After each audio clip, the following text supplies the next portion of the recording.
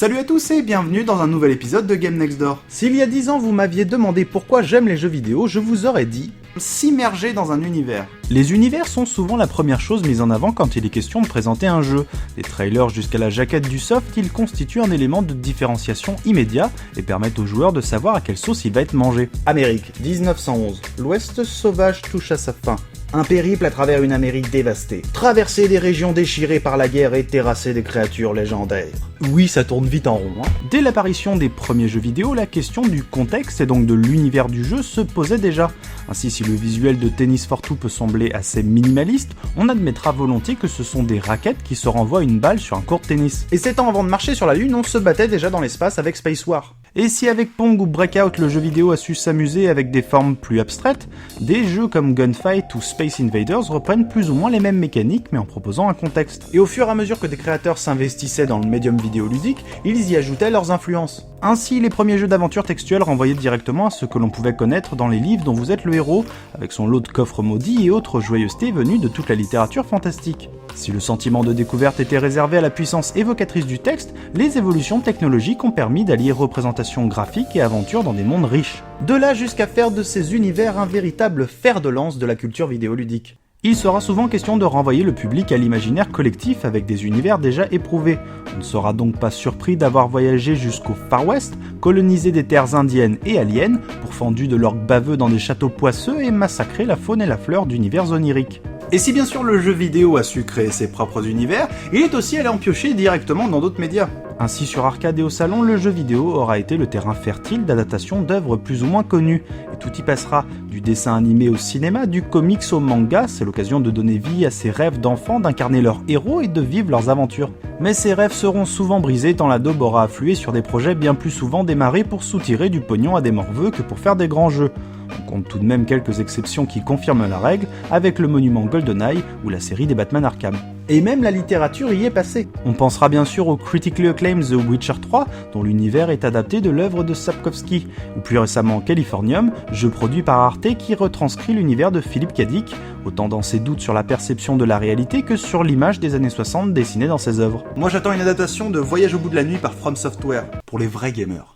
Mais les jeux se veulent aussi parfois réalistes et quand c'est le cas, c'est souvent à celui qui aura la plus belle carte postale. Et à ce jeu-là, le gagnant sera sûrement la série des Assassin's Creed qui doit son succès à ses différents contextes historiques.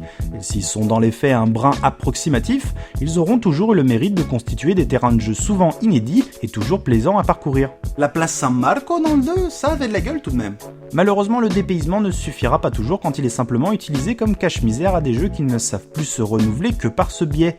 En témoigne d'ailleurs l'arrêt de l'annualisation de la série par Ubisoft pour cette année 2016. Enfin, pour l'instant. Pourtant, ne vous vantez que la richesse et la variété des univers de jeux vidéo, ce serait occulter ce qui rend ce médium unique. Et ce n'est pas la tendance aux expériences filmiques photoréalistes qui va aider le public à saisir les enjeux du potentiel interactif. Si les univers, les personnages et plus généralement la direction artistique constituent souvent la porte d'entrée aux jeux vidéo, le gameplay et les mécaniques en sont la clé de voûte.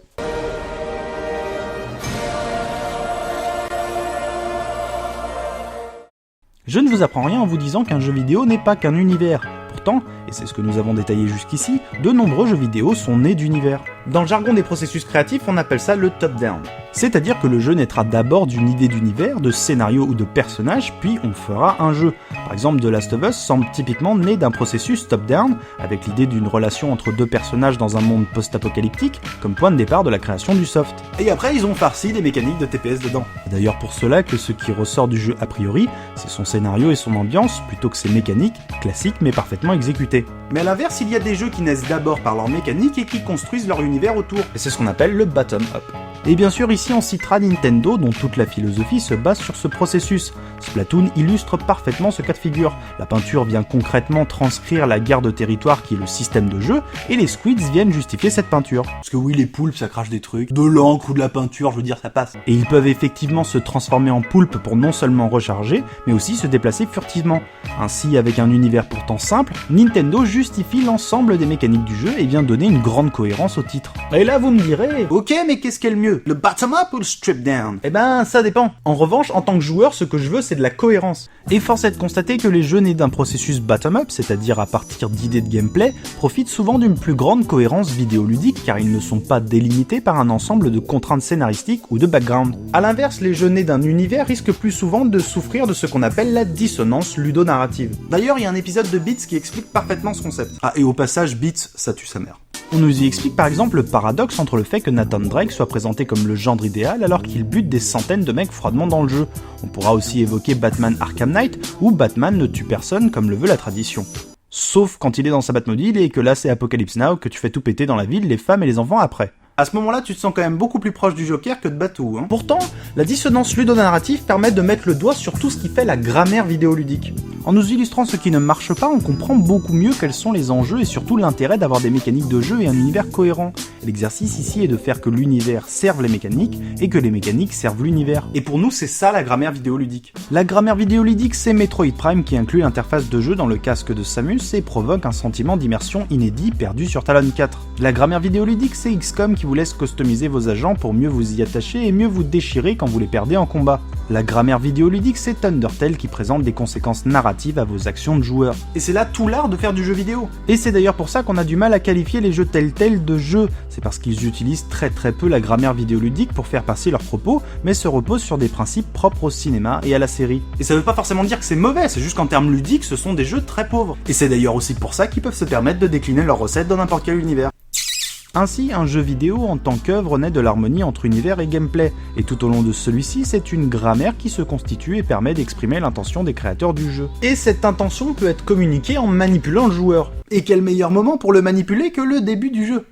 Les tutoriels sont un prisme pour la grammaire vidéoludique. Si celle-ci n'est pas bien utilisée, il sera difficile d'amener naturellement les mécaniques dans les premières minutes de jeu.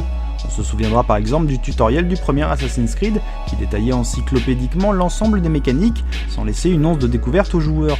Et c'est dommage parce que dans un jeu vidéo, grâce au level design, tu peux initier au fur et à mesure le joueur aux mécaniques. Contrairement aux jeux de plateau par exemple où il faut connaître toutes les règles avant de pouvoir jouer. A bien des égards, Portal est un jeu tutoriel, puisque pendant les 9/10 du jeu, celui-ci sera un enchaînement d'initiation à de nouvelles mécaniques qui s'inscrivent empiriquement sur l'idée de base du portail, c'est-à-dire l'ouverture d'un passage grâce à 2 entrées. D'ailleurs, pendant une bonne partie du jeu, tu n'as accès à la création que d'un seul portail. C'est au fur et à mesure des puzzles que le jeu nous initiera d'abord à comprendre le principe du portail, la fonction des boutons et des blocs, puis comment combiner ça avec les plateformes, des rayons et même la gravité. Puis après, il te donne la possibilité de créer toi-même le second portail. D'ailleurs, le jeu te coince pour te forcer à l'utiliser. Comme les Metroidvania où le level design bloque le joueur pour le forcer à utiliser une nouvelle compétence récemment acquise. Portal est une sorte d'exploration des possibilités de jeu avec une seule et même idée de gameplay, puis par les subterfuges du level design et de la narration par GLaDOS, le maître des lieux, la maîtresse des lieux. Le jeu vous emmènera à vous sortir de cet enchaînement initiatique pour tester vos connaissances. Et elle est là la grande réussite de Portal. L'expérience ludique est en adéquation avec l'univers. Le joueur que nous sommes incarne un rat de laboratoire et absorbe les instructions de la même manière.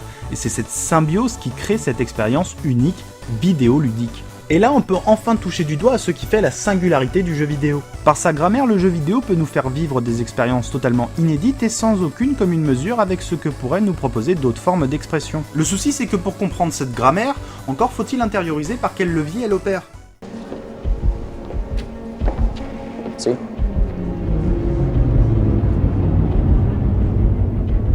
Paradoxe.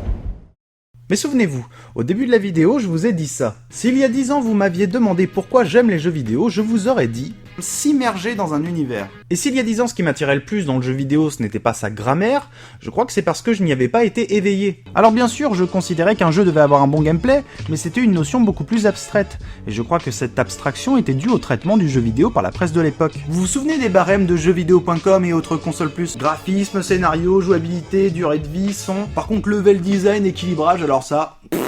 En se basant sur ces critères dérivés d'un guide d'achat, le traitement du jeu vidéo passait complètement à côté de ce qu'était le jeu vidéo. C'est par exemple pour ça qu'on se retrouvait avec des notes finales qui ne résultaient pas du tout des notes intermédiaires. Et cet éveil à la grammaire vidéoludique n'est donc pas venu de la presse, mais bien des amateurs via YouTube ou Dailymotion. Les journalistes ne maîtrisent pas forcément la vidéo et les rédactions n'ont pas toujours les moyens d'investir dans le temps que ça prend, c'est donc une scène moins professionnelle qui s'est appropriée ce médium. En bien comme en mal, on est d'accord. Mais la vidéo permet surtout de mieux communiquer la grammaire du jeu vidéo. Elle combine la précision de l'écrit et l'illustration par des images en mouvement, ce qui facilite grandement l'explication des mécaniques et d'univers. D'ailleurs, certains sites de jeux vidéo se sont adaptés par la suite. Si les gaming live de jeuxvideo.com font figure d'ancêtres du let's play et du vidéotest, un format comme I See What You Did There, mis en place par Gamecult, correspond tout à fait à cette volonté de présenter le jeu vidéo par sa grammaire. Les I See What You Did There sur Red Dead Redemption, c'est du petit lait. Pourtant, il ne s'agit pas de dire que l'écrit n'est plus pertinent pour parler de jeux vidéo. Quand il est question d'historique, de reportage ou d'interview, il est parfait et même nécessaire. En revanche, la vidéo est un formidable outil non seulement pour transmettre nos analyses, mais aussi nos expériences vidéoludiques. Et puis ça nous permet de collaborer et d'échanger. En profitant de l'explosion de sphères sociales sur internet, la grammaire vidéoludique est d'autant plus accessible et compréhensible grâce à ce partage de connaissances et d'expériences. À ce qui paraît, YouTube c'est pas mal pour faire de la vulgarisation.